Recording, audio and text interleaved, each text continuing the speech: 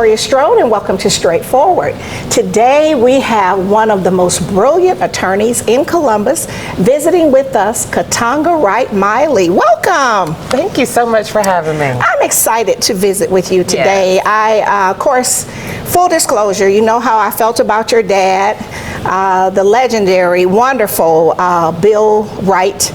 Awesome attorney, great community leader, humble vessel, always the same, didn't line up with the riffraff, one of my favorite guys, and I will always remember him sitting in Royal Cafe at his assigned seat daily, eating his food, and he was always the same. Always pleasant, always positive, always encouraging, regardless of whatever the political or community dynamics. Uncle Bill was who he was. Yes, he was. Yes. And so you and your father, you were blessed to share him not as a father, but as a law partner. Absolutely. So how did that come about? Because I know you worked and lived in D.C., and so how did all that come about? Well, when I graduated law school, of course, everybody was really excited, and I was fortunate to have a job right out of law school. So Really? I started out working for Travelers Insurance. But was that what you initially thought you were going to do growing up, because your dad was a lawyer? Did you think you were going to be doing something different? I thought I was going to be a doctor. Okay, so see, we changed. Okay, We changed you did. drastically. Okay. And was so happy that I found law as a profession. Yes. But yeah, once I went to work for Travelers, my dad said, well, you're not coming back here, so he shut his practice down. Okay. And 4 years into working, I realized being on the giving end of those checks wasn't as exciting. Right. And good old dad was right. Right. And so, and all of his wisdom and life experience. all of his wisdom, except this time he was wrong. And so I came back home. Because he didn't think you would come back. He didn't think I was going to come back. He thought you were just going to go and go into the wind. I was living the Atlanta life. Right. He thought I was loving every minute of it, and I was. Right. But there was a strong calling. And of course, my uncle, Right. Robert Wright, Right. my dad's brother, said, do you want to be a big fish in a small pond or a little fish in a big pond? Okay. And so that was the thing that kind of got me back here. Right. And they were both very encouraging of that. And so the Wright Legal Group was born. The Wright Legal Group, and I was so excited when I saw that, because a lot of times we don't have legacy. That's right. In our community, and we just have to be honest. Our young folks, they get trained like yourself, and you all go live a great, fabulous life somewhere else, Yep. and you just don't want to come back to the community. And I didn't plan on it. That wasn't your plan? It wasn't my plan, but it was God's plan. Exactly. And I'm so happy that I followed God's instructions. Right, and so you all were able to share. Yes. The blessing in that was you had access to all of that wisdom Oh my goodness. and knowledge that and he had contact. right, that he had acquired over the years. Absolutely. And so how long did he practice law?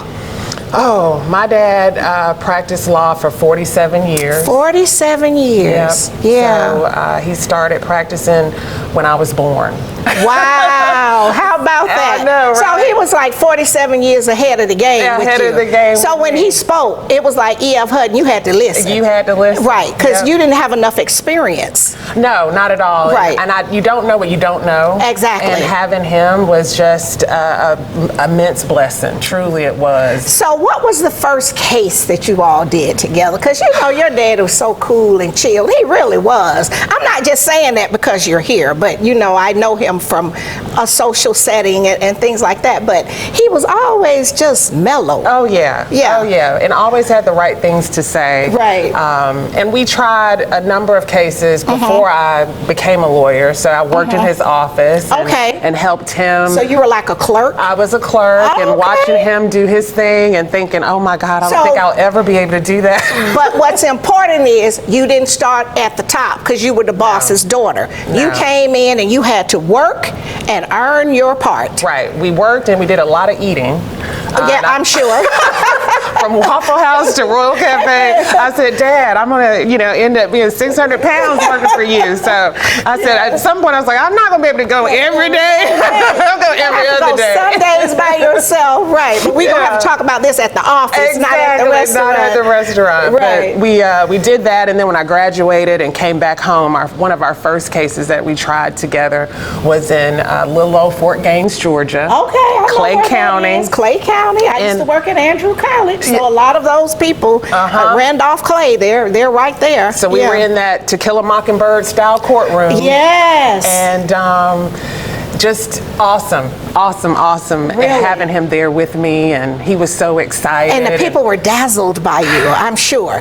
No, because you're this tall glass of water, and of course you always bring your A game, so when you showed up, which that's a kind of a very rural area. But it was game on. It was, but to see someone like you was out of the norm. What was even better is that my boys, who are just my dad's biggest fans, also came along, because we tried that case through the summer, so they got to watch their mom. So the grandsons were there to see granddad and mom. See granddad and mom. How amazing. See, that should have been video, but we weren't doing all that back then. No, really, that's legacy. Absolutely. Yeah. And I wish to this day I had that footage. Right, but you all shared that memory. Well, let me tell you though, we were sitting there in court, and I looked over, and my dad had his eyes closed. I said, oh my God, we were listening to a video of part of the evidence, and he had his eyes. I said, oh my God, my dad's asleep in the middle of the trial.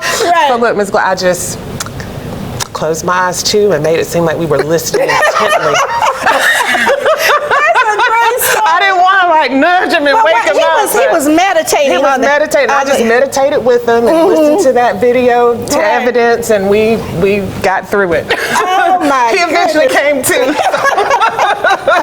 So that's really funny. Now that's a good story that you can always share when you have grandchildren. You'll have to keep sharing that one. So how did the case end up? What was the result? My client ended up being found not guilty. Really? Yes, and it was so exciting. So the first big case together, family all there, grandsons, daughter, legacy, and you won. We won. How about that? Yeah. And I'm sorry we don't have that on video. I'm sorry we don't either, but it was an awesome experience to have with my dad. So, very, very priceless. He was an amazing trial attorney too.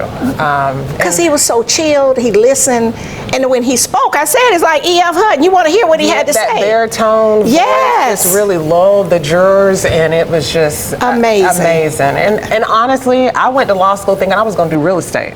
I said I can do some closings and be done. That trial stuff, I can't even see it. It's too much work. It's too hard. Well, I couldn't see myself knowing what to do or what to say, and real estate seems so easy. Right. And the trial bug got me, and he says, if it wasn't for trial, law would be so boring. I was like, Dad, you're right. All right. And he was right about a lot of things. He was. Well, what we're going to do is go to our first break to our sponsors, and we'll be right back. Awesome. We'll be right back after word from some of our sponsors. Straightforward is brought to you by State Senator Ed Harbison, serving the citizens of Georgia's 15th Senatorial District and on the front lines for veterans every day. Progressive Funeral Home, family owned and operated since 1952. The George Ford legacy of high standards continues today in the compassionate and professional services provided. A touch of dignity for those who care. Progressive Funeral Home, 4235 St. Mary's Road, trusted by generations. Whole Patient Healthcare. Dr. Jada Rimes-Bacote is board certified in family medicine. She believes the best patient care includes practical, individualized lifestyle changes. Located at 1338 13th Avenue, Columbus, 706-641-2080, or visit wholepatienthealthcare.com. And welcome back to Straightforward. I'm enjoying this wonderful conversation with the amazing attorney Katonga Wright-Miley. And this visit is so important because she continues to carry on the wonderful legacy of her awesome dad, Bill Wright, the attorney, and we call him Uncle Bill, who had his assigned seat at Royal Cafe. And you can always count on him sitting right there at the door and greeting you with that deep voice with the hello and a smile, and those are very important memories of the village. Absolutely. And a lot of folks are not familiar with our village. And I wanted to make sure that this, because people know you're this high-powered attorney and they see you all over, but I wanted to just share with those that don't know the Wright family legacy, why your history is so rich. Your grandmother was a trailblazer. Your mother was my father's dietitian, is what you didn't know. And he said she was smart. Now, you can ask Miss Lila at Royal Cafe. If Daddy said you were smart, because he didn't like lazy people who did not do their best and didn't know their job. And he would say that to the doctors that he thought didn't have their A game. So he was impressed with her. Okay. And then she would give him this, what we called his report card on what he should be eating. He would bring it to us. No, really. And say, well, she said I need to have this and I need to have more protein. He was impressed with her because she was sharp and she was smart. Yep. But your grandmother blazed the trail. So share with our audience your grandmother's legacy, Mrs. Wright. Goodness. Pauline Tally Wright. Yes. Was the grandmother, but also your best friend. Yes. You can imagine. And a legendary healthcare. Oh my goodness, yes. She was one of the first African American public health nurses in Columbus. Say that again. One of the first public health African American attorneys, nurses. Nurses, yes, right, in Columbus. Nurses in Columbus. And she was trained at Spelman when it was a high school. Really? Went to Spelman when it was a high school. Yes, for girls. For girls. And Spelman is still there in Atlanta, for girls. For girls. But when she was blazing that trail, it was still a high school. It was still a high school. Born in 1913, so by the time she matriculated, there was no high schools in the area. Exactly. And so her parents were fortunate enough to send her to Spelman. Really? To get it. Now, see, I didn't know that Spelman part. Yeah. So now you're sharing that. Okay. And then she went on to Meharry. Okay. She got her nursing training. And that's over in Tennessee. Yep. Yes, I know some friends that went there. So the fact that she did all of these things way in the early before 20s, integration. 30s, yes. Is truly amazing. She was tough. Yes. So you couldn't have anything but an A game. Nothing but an A game. She didn't expect or accept anything but excellence. A game. Excellence. And so, bless her heart, I'm sure she had stories to tell about healthcare, because I remember when there was a colored wing at the hospital here in Columbus. That's where she worked. At the colored wing. And so a lot of us and people that have birth certificates from a certain time, it says colored. No, I'm just saying. That's how it was says at that point. And so she was able to work in that environment and survive. And the best part is that she just had a caring heart. So when we were kids growing up, every Christmas she would dress dolls or teddy bears or some gift to give kids who were less fortunate. Really? And we were like, Grandma, why can we have one of these dolls? We love these dolls. Still giving. She says, well, no, these dolls, you guys have enough dolls. Right. You don't need another doll. Let's give these dolls to someone who really, really will appreciate it, someone who won't be getting a doll for Christmas. Amazing. See, I didn't know that Spelman part. I'm still stuck. Because, you know, I'm an HBCU girl myself, so it's like, wow. So she blazed that trail, came back to Columbus. And how long did she live? Because she lived way.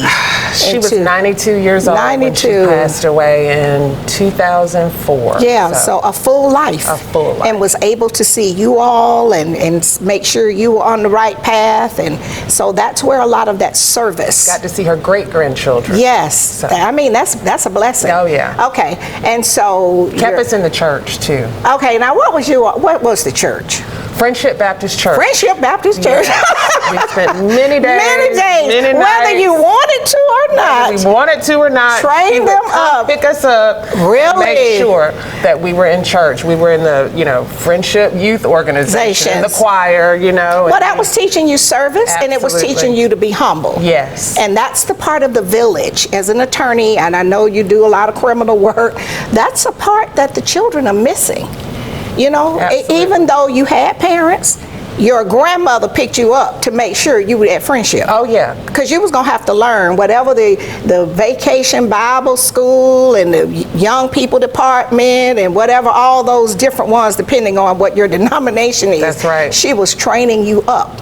So not only did she want you to have good education, because remember she had the Spelman and the Meharry, right, which is excellence. We know that. She wanted us to be spiritually grounded as well. Well-rounded. Yep. On all sides. On all sides. So that explains why Uncle Bill was so chilled. You know, your Uncle Bob is a little more worldly.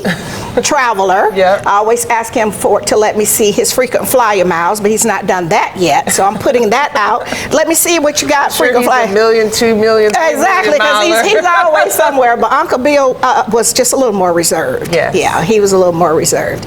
Okay, so in your practice, where are you located? Who are the clients? What are you doing now since Uncle Bill has moved from work to reward? Well, that is a loaded question, but let's see. We have offices here in Columbus. Okay. We have offices in Atlanta and Washington, D.C. So you are not just Columbus. So the reason I say that, believe it or not, I had someone who used to be a county manager of a Georgia county text me, do you know a lawyer in Atlanta? People might not believe that, but I've actually had attorney Tanya Mitchell-Graham from Atlanta, who is trademark pit bull in a skirt, come here to Columbus. No, really. And people actually used her, because sometimes based on what the political nature is, you need someone outside of Columbus. I'm not hating on Columbus. I'm just saying you've been in the business long enough to know, and some people just want somebody from outside. Yeah, and sometimes you need somebody who's boots on the ground, who is familiar with the players and exactly with the area. So it just depends on what the case is. Yep, absolutely. Right. Okay, so you are Columbus, Atlanta, and DC. Yep. How about that? So Uncle Bill, we were doing that when Uncle Bill was still with us. Yes. Okay, so he endorsed that. He definitely did. Okay, because we have to make sure we're doing. Not that he had a choice. It was more like, you know, hey Dad, this is what we're doing. Oh, okay. So once you came in and got seasoned, you thought you was running Uncle Bill. Yeah. Well, you know, he knew I had the business side of things. Okay. And he knew that the times had changed. Absolutely. From when he started. Absolutely. Okay. All right. Well, what we're going to do is go to our break to our sponsors, and we'll be right back. Awesome. We'll be right back after word from some of our sponsors. Columbus Pediatrics GA, working together to build lifelong relationships between our staff and patients by consistently providing compassion, excellence, and value with 2 locations. The Old Town office at 3580 Massey Lane, Suite F, 706-596-8667. The Midtown office, 1900 11th Avenue, Suite A, 706-323-3400, ColumbusPediatricsGA.com. Barbara's Cleaning Service, a 5-star commercial service with satisfied customers in Georgia and South Carolina, built on the principle that every detail matters. Barbara's Cleaning Service, a new season building a family legacy. David Benefiel at the historic Highland Hall, florist extraordinaire, making dreams come true for all occasions. Visit David and his team today at 1504 17th Street or call 706-324-4881, where happiness blooms. And welcome back to Straightforward. I'm continuing this wonderful visit with attorney Katonga Wright-Miley. And she comes from a very, very rich legacy here in Columbus. Her grandmother blazed the trail, her dad as an attorney, her uncle Bob in business and government service, and as the eye doctor, as the old people used to say. I remember when Bob was in with Dr. Delmar Edwards, because my sister was Dr. Delmar Edwards. A little before my time. But. Yeah, and I was a student at Albany State and everything, and he was the cool guy, you know, young, and Dr. Edwards was there and, you know, mentoring him. But again, that's when we had a different type of village. So I always tell people, the new people to Columbus, you don't know how people know people, so you have to really be careful. That's right. So you are married to my amazing friend who is an insurance guru. I would agree, yeah. He's been in it a long time. And he knows the business. He knows the business, has a lot of wisdom. Gerald Miley. Yep. And I think you all make an amazing couple, and I'm happy that you give me permission to tell him off when I need to do that, because he's one of my good friends. He deserves every minute of it. But he's a brilliant businessman. He understands the community, and he really wants what's best for the community. Now, he and I sometimes get a little loud in our conversations, but it's meant well. Yes. It's meant well. And so your parents were married 47 years? 47 years. And you have other siblings? Yes, I have 2 other sisters and a half brother. My youngest sister's in Atlanta with her 2 girls and her husband. They've got 4 kids altogether. Okay. And my middle sister, Kendra, lives here in Columbus. Right, and I think we you had know her on the show before when she was working with educating people on why they should do organ donation. That was very important. Absolutely. Because a lot of times African Americans, we don't understand what that means to be on the list. So when we need an organ, what should be happening? Right. So that was very important work that she was doing. So we were happy to have her. And so you have a brother. Yes. He's the baby? He's actually the oldest. Is he? Yes, my dad's son. He was married before my mother, and so my dad's son is in Atlanta as well. Okay, so he's the everybody's oldest. close by. Everybody's close. Right. Yep. And so your mom, has she retired, or is she still doing? She's a dietitian? I would say she's talking about retirement. Okay. And she's been talking about retirement for a number of years now. Well, she probably can't right now since Uncle Bill has moved from work to reward. She has to stay busy. Yeah, and she loves what she does. And she's very patient. Very patient. With her patients, because she had my father, who is very high maintenance. No, really. And she was very, very good with him, and we were very grateful for that, to help him understand what he needed to do. Absolutely. Right. And so family is important. And you have sons. I have 2 boys, actually 3 boys. Aaron is the oldest, William is the middle kid, and Grayson's the youngest. So. Okay, Grayson's the baby. He's the one that's at Brookstone now. Now, I had one of your other sons on here with the Brookstone Robotics Group. Now, which one was that? That's the baby. Okay. Well, William. William. Yes, that's the middle child. One. Yes. Okay, because see, I know about you all. See, you probably didn't remember that, but I did not remember that, yes, but he was definitely big in robotics for a number of years. He was here with Dr. Shaw's son, and some other students came, and we had them here many years ago. We were in our set over there, so that probably was our second set, because this is the 4th. Man, that brings back memories. 11 years we've been doing this show, but he was one of our guests. Your sisters was one of our guests, and now you. How about that? How about that? Had your husband. Yes, that's right. So this was really a family visit. I know that you're marketing and you're everywhere. Now I know you're in DC, Atlanta, and so people know you. You have a wonderful reputation as an attorney. But I wanted to share with the village side of the story. Well, this is definitely a story that most people don't hear or know, and so I'm glad to share it. And then your grandmother actually lived across the street from the Lunsfords. Yes. Which is a part of my village, right there on Lawyers Lane in East Winning, affectionately called the Dub. And if they know the Lunsford family, they know that they were big in civil rights. Yes. And providing resources, the first Black USO cab company. Your grandmother was over working at the Colored Hospital. These are the stories that I want to tell. Yeah, and let me tell you about my grandmother's father. He was the first African-American postman in Columbus. Really? Yes. I never knew that. Yes. See, those are the things I think, and I don't know if you serve on some of those committees, when they are doing all of these Black History programs, I think those are the things that need to be highlighted. Yes. Of course, I'm not paying for it and I don't have a say. I'm not on the committee. But no, for the people that are new to the area, we have Fort Moore, which was once Fort Benning. My husband's born and raised Los Angeles, California. So when he came to Fort Benning from West Point, all he knows is what he knows from the time he arrived.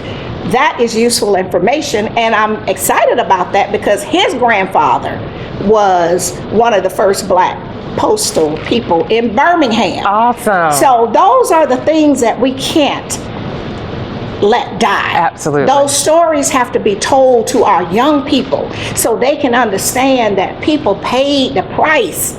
Just like for you, your daddy went through some tough things as a lawyer in this town. Oh yeah, he told me stories. Yes, at one point with Judge Thompson, they couldn't stand and be before in certain places in the courtroom. They weren't allowed to be members of certain associations that and you things. can be a member of all and over don't the think world. of anything of it. Exactly, but those are the stories that we must tell. We must tell, and that's why I wanted you to come today, and this is all about honoring your father and our dear friend, Uncle Bill, who served and served well, and his legacy will live forever. Yes. So before we run out of time, tell people where they can find you in case they need you on some big $50 million case. Yes, and we take those. So if you do have one of those, please give us a call. You can visit our website at thewrightlegalgroup.com, or you can call us at 844-2-WRIGHT. That's 844-297-4448. Okay. And you can call day or night. We are always answering our phones, waiting for that $50 million case. So call it. It's never too early or it's never too late. That's right. You are ready to move. Well, we are definitely I thank you so much for taking time out of your schedule to do this. I know that you and your husband are very, very busy people, and I appreciate your friendship and your support, and I want you to continue the legacy of the Wright Legal Group. I don't care how big you get, you still have to have a picture.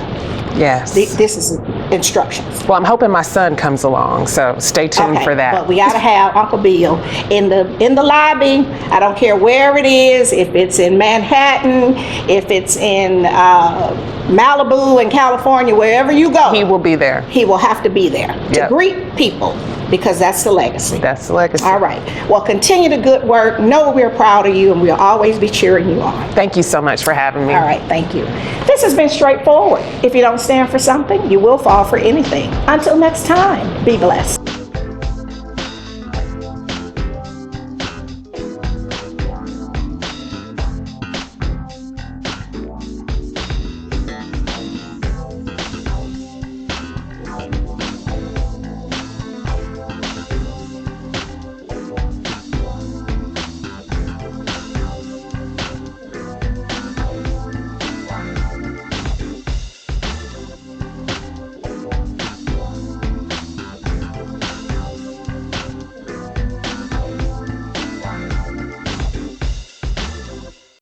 The Autism Hope Center.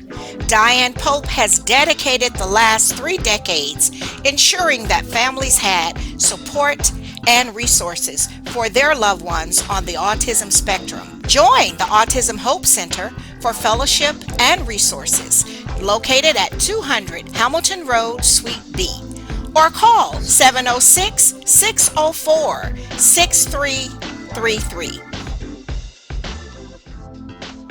Muskogee County Coroner Buddy Bryan. Buddy has set high standards for himself and his staff, ensuring that every citizen is treated with dignity and respect, regardless of circumstances. Buddy cares about crime prevention and is always excited to speak with students and community organizations. Reach out to Buddy at 706-653-3260.